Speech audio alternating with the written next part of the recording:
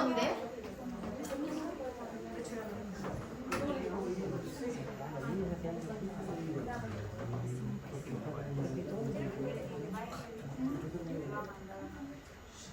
y ustedes me van a decir a qué corresponde.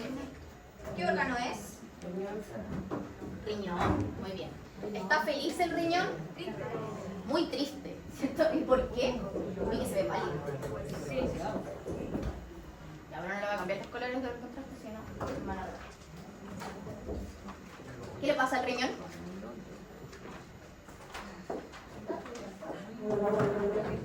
¿Qué tiene? ¿Cómo están los túbulos renales? Inflamados, ¿verdad?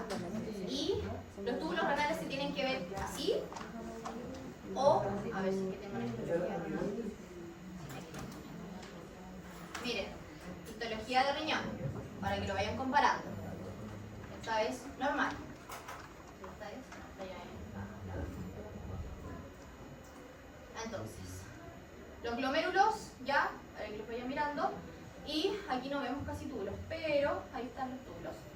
El lumen de los túbulos tiene que verse con contenido o sin contenido.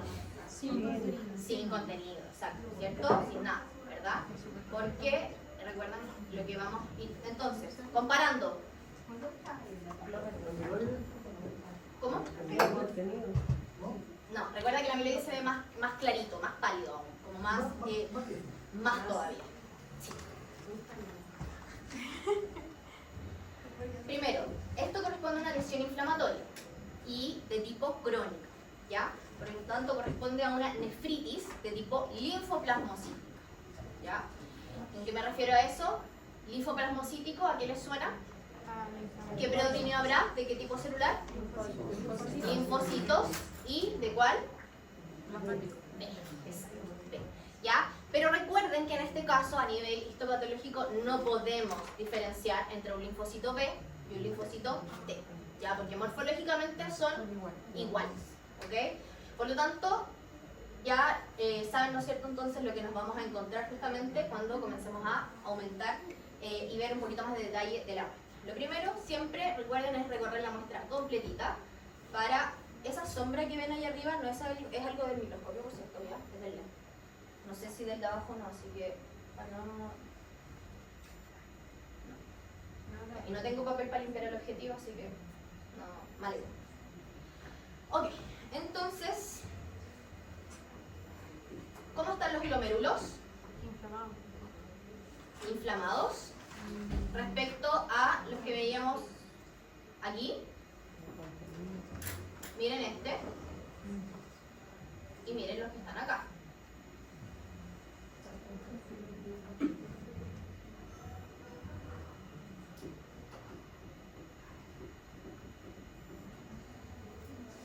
¿Qué les pasa entonces a esos glomérulos?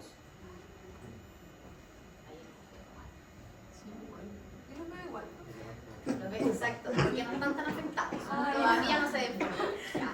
Pero bien, se dan cuenta que ese es justamente el punto del laboratorio, que entiendan ya que no siempre va a haber algo patológico, ya siempre hay que tener en mente la histología e ir comparando. Por eso se los estoy mostrando de forma al unísono, porque ya el pulmón lo hemos visto pero repetidas ocasiones, por lo tanto se sabe la histología, pero justamente el riñón es un poco más complejo de abordar. Si yo les hubiera puesto la muestra ahí, ¿ustedes sabían que era riñón eso? No. ¿Ya? No. ¿Qué zona del riñón entonces estamos viendo ahí? Corteza. ¿Corteza? ¿Segura? No, porque estamos viendo los túbulos, estamos viendo médula. Es médula, ¿ya? La gran diferencia entre una zona y otra es que a nivel cortical está la mayor parte de los glomérulos. Por lo tanto, cuando ustedes recorran la muestra y vean que hay una mayor concentración de glomérulos, como lo vimos en la parte anterior, miren la diferenciación. ¿Se dan cuenta? Comienzan a aparecer glomérulos cada vez más abundantes. Eso es corteza renal, ¿ok? Versus, miren, pasamos médula, porque hay principalmente túbulos, ¿ya? Túbulo contorneado proximal, recuerden, ¿qué le sigue? Se saltaron una parte importante. El asa de Gelle, exacto. El asa de Gelle, ya que justamente todos estos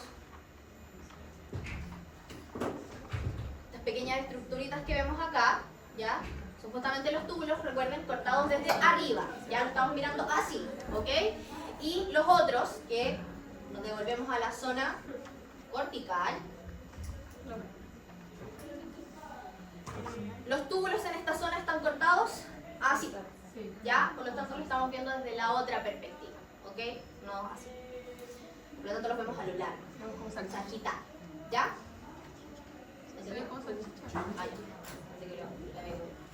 Ok, entonces vayan recorriendo la muestra y yo voy a ir aumentando para que vayamos viendo los detallitos que tiene esta nefritis intersticial. Nefritis para linfoplasmosis. Sí, tómate la doy. Primero vamos a ir a la zona cortical y después vamos a ir a la zona medular. Antes. ¿Qué será esta zona?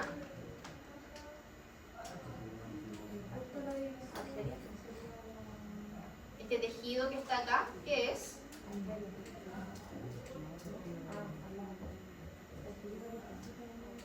¿Qué tipo de tejido? Conectivo, ¿cierto? ¿Y por qué creen ustedes que está ese tejido conectivo ahí, entre medio?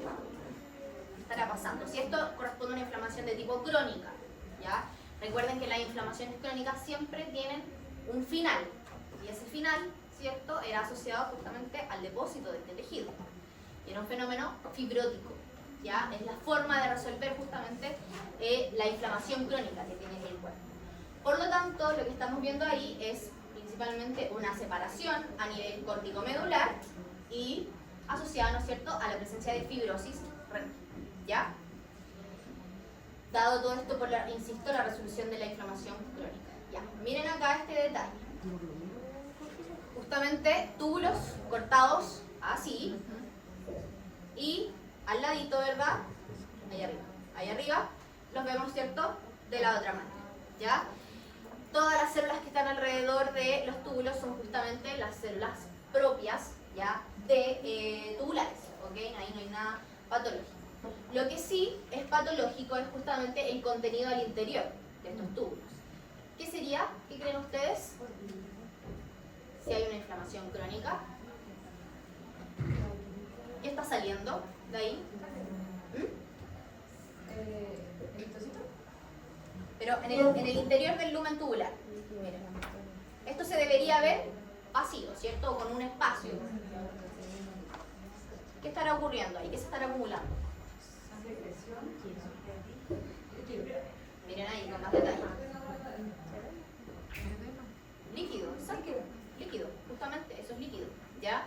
Y obviamente líquido rico en proteínas, por lo tanto es una asociador, ¿no es cierto?, a la salida de líquido y edematosis, ¿ya? Por lo tanto ahí los túbulos justamente se ven inflamados también, porque miren la estructura, de hecho están sumamente inflamados. Miren ese túbulo, miren, ¿ya? Miren esto. Y si se fijan, se comienzan a deformar, ¿ya? Y eso justamente también por la presión del líquido a el interior, ¿ya? Y obviamente también algo que llama la atención es la gran cantidad de celularidad alrededor de todas las estructuras. ¿Y qué será eso? ¿A qué se verán esas células? Inflamatorio. Exudado inflamatorio. ¿Y de qué tipo entonces, como les dije? Principalmente linfocitos, ¿ya? Entonces vamos a ir al aumento mayor y miren ahora. Ahí están. Así deberíamos ver los túbulos. Se dan cuenta que también hay zonas normales, zonas patológicas, ¿ya? Ahí también las células, miren, están súper hinchadas. Eso, exacto. ¿Y qué efecto entonces, o cómo se denominaba este efecto de hinchazón celular? ¿Cómo se llamaba? Tumefacción celular. Muy bien. Por lo tanto, ahí estamos observando tumefacción celular. Y en el intersticio,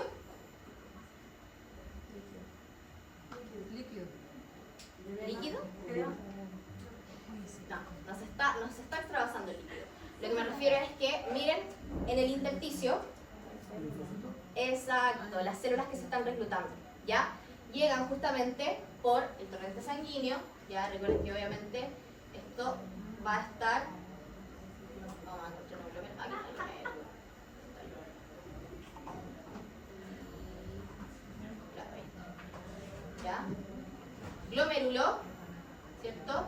Y justamente, recuerden, ¿cuáles eran las estructuras que estaban dentro del glomérulo?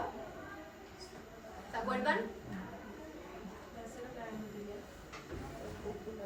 ¿Qué estructuras encontrábamos dentro del glomérulo? Las células mesangiales, exacto. ¿Ya?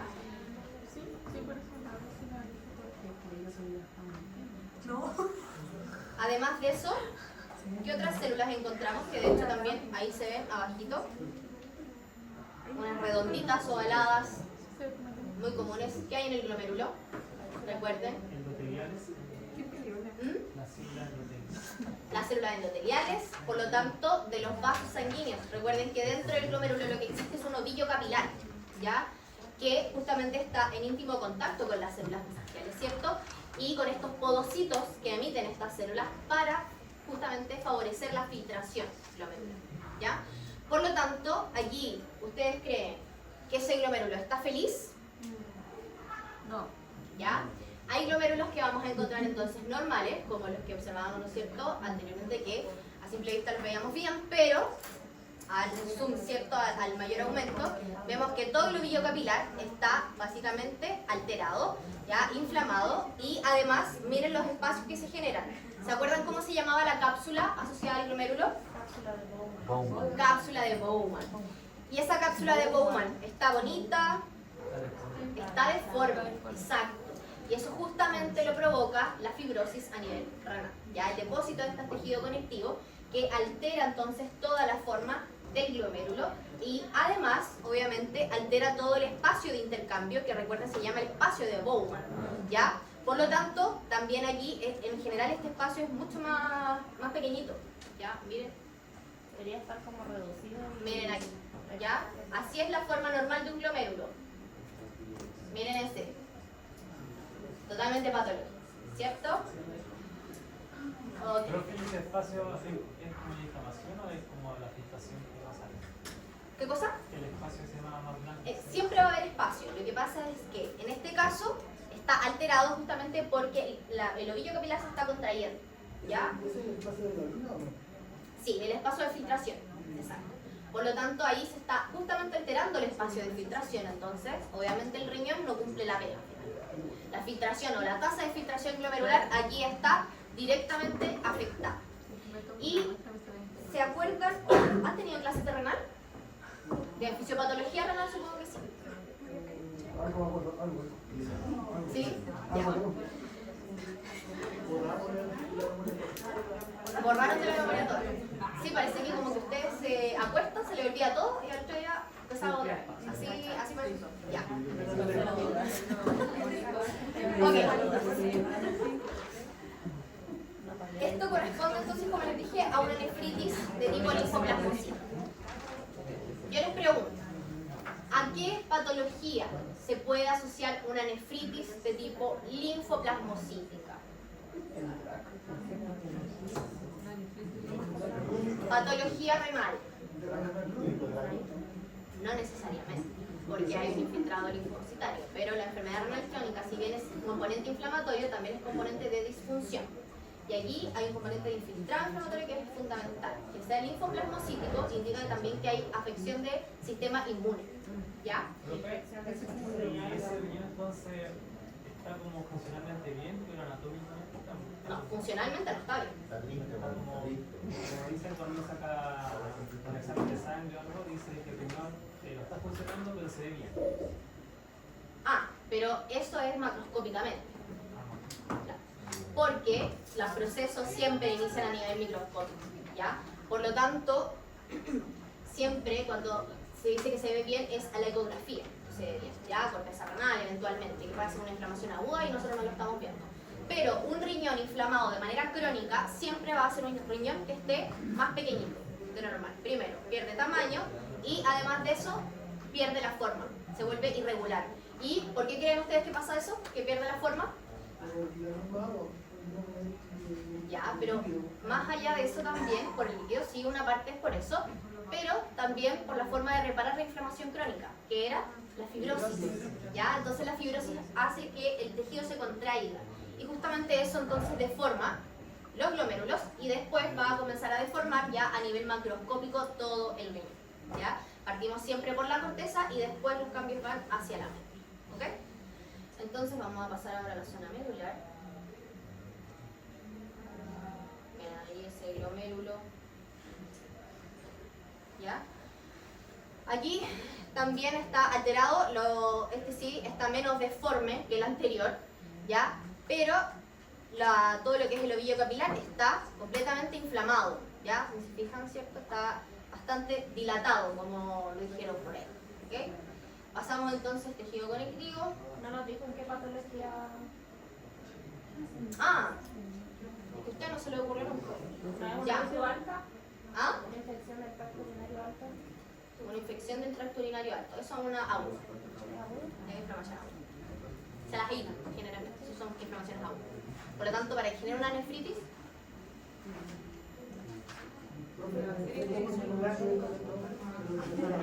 Para que llegue a la Los gatos son bien propensos a tener problemas. Por lo que estoy conversando con el gato, me dijo que eso se reducía cuando el gato que lo tiene tomado muy bien. El gato tiene una forma de luchar con el gato, de tomar el gato, de manera humedecer su lengua. Y aparte a veces sumarle que los alimentos que le dan son deshidratados, genera un daño renal por deshidratación comúnmente. y además también hay componente anatómico. Si nos vamos a eso, ¿qué vamos a hacer en un riñón cuando tenemos a un gato con problema renal por la deshidratación? Por una deshidratación, No por una infección. ya. Primero que nada, si estamos hablando de una deshidratación, no va a haber presencia de líquido a nivel de túbulo. Y el ovillo capilar va a estar contraído porque hay vasoconstricción. ¿Ya? Entonces, se va a ver también alterado, similar a lo que veíamos en el glomérulo anterior, pero primero no va a haber asociación de presencia de tejido conectivo, por ejemplo, ¿ya? Porque es un cuadro, entonces va a depender, los cambios siempre en las enfermedades renales van siendo progresivos, ¿ya? Entonces también va a depender un poco del estadio en el que nos encontremos. ¿Por qué? Porque no es lo mismo un estadio 1 que un estadio 4. ¿A qué me refiero a eso? En un estadio 1, el 25% de las nefronas no están funcionando. En un estadio 4, el 75%. Por lo tanto, es súper brutal el cambio entre uno y otro. Y por eso va a depender mucho de en qué estadio tomemos al paciente para poder tomarle la muestra. ¿Ya? Pero siempre deformación del capilar por vasoconstricción y, como te digo, sin deshidratación, siempre asociado a la no presencia de líquido, obviamente, extracelular. Si Que es crónico, igual vamos a ver linfocitos o no. ¿O Sí. solamente infección? Sí, porque siempre lo crónico se asocia al reclutamiento de linfocitos. ¿Qué señal ahí da el riñón probablemente porque hay una sintaxis de señales para que recluten la célula? Sí. Pero una deshidratación, ¿qué señal le va a dar? La deshidratación, el primero es, recuerda que el riñón lo que sensa en una deshidratación es la presión arterial. ¿Ya? Ese es el primer sensor. Por lo tanto, de acuerdo a los receptores que tenga a ese nivel, ahí va a comenzar a activar mecanismos compensatorios y esos mecanismos compensatorios van a llevar a la activación de una respuesta inflamatoria. ¿Ya? Y que se va a perpetuar en el tiempo. ¿Ok? Perfecto, entonces, volviendo, patologías que pueden generar una nefritis de tipo linfoplasmocítica, yo les había dicho que son principalmente patologías con sistema inmune involucrado y también algunas que no. La más común de ellas y que afecta a los glomérulos, glomerulonefritis. La glomerulonefritis es la más común, ¿ya? Y puede ser inmunomediada o no inmunomediada, ¿ya? Pero lo más común es que sea inmunomediada. Y lo que vamos a observar, no sé si en este se alcanza a ver, porque como no es una glomérulo, sí, igual se puede. Ok. En este glomérulo, algo muy asociado a las glomerulopatías y a las glomerulonefritis en general, es que se clasifican como membranosas o proliferativas en cuanto a la presencia celular. Por lo tanto, en general es que siempre sea el componente que sean membrano-proliferativas, es decir, tanto infiltrado celular, como lo que observamos acá, y además asociado al engrosamiento de la membrana del glomérulo. Miren la membrana del glomérulo.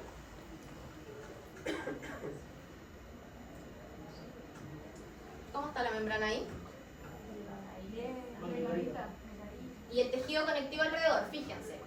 Aquí no hay. Y ahí, mucho. Por lo tanto, se habla de que hay una membrana doble, ¿ok? Y les insisto, las glomerulonefritis son justamente la causa más frecuente de patologías en perros más que en gatos, ¿ya? Esto es más frecuente en perros, ¿ok? Y asociados también a síndromes como, por ejemplo, el lupus, ¿ya? Que también genera alteración a nivel renal. ¿Qué otra enfermedad autoinmune conocen? Pero en perritos. El pénfigo, muy bien. Por lo tanto, cualquiera de esas alteraciones puede ocasionar alteraciones a nivel renal por depósito de complejos inmunes, ¿ya? Y la glomerulonefritis no inmunomediada se da por depósito principalmente de agentes infecciosos o de otras sustancias, ¿ya? Y en esas otras sustancias puede entrar el amiloide.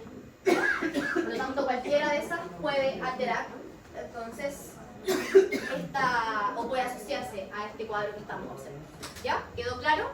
Sí. No. Ok, entonces vamos a pasar a la zona medular y lo último que vamos a observar, para que vean también aquí. Miren túbulos, hay algunos túbulos que están inflamados, ¿eh? Y otros que no. Esa es la alternancia justamente. ¿Cuáles están inflamados y cuáles no?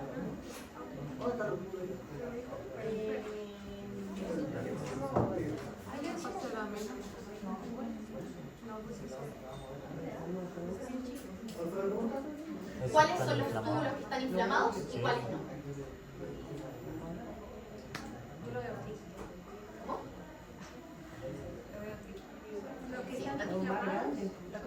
¿Ese está inflamado? Ese está tumefacto y lo que está pasando, miren, de hecho en esta es más evidente, porque miren, aquí se ve el núcleo de la célula, aquí también algo queda, pero lo que está pasando es que como están tumefactas, las células, ¿qué pasaba cuando la célula entraba tanto líquido? Se revientan, lisis celular. Por lo tanto, miren, si se fijan, miren esas. Ahí ya perdieron el núcleo porque el líquido lo empujó, básicamente, ¿ya? Entonces, justamente, estamos observando ya que hay lisis celular y por eso no vemos núcleos en esta zona. Y estos sí ya son normales, ya lo poco normal que queda entre ambos, ¿ok? Perfecto. Y además, ¿cierto? En el intersticio, que recuerden, el intersticio siempre es todo el tejido que está entre medio, ¿ya? ¿Qué ven a nivel del intersticio? ¿Qué células o qué predominio de células ven ahí? Linfocitos. ¿La deshidratación podría provocar eso? ¿De la lisis por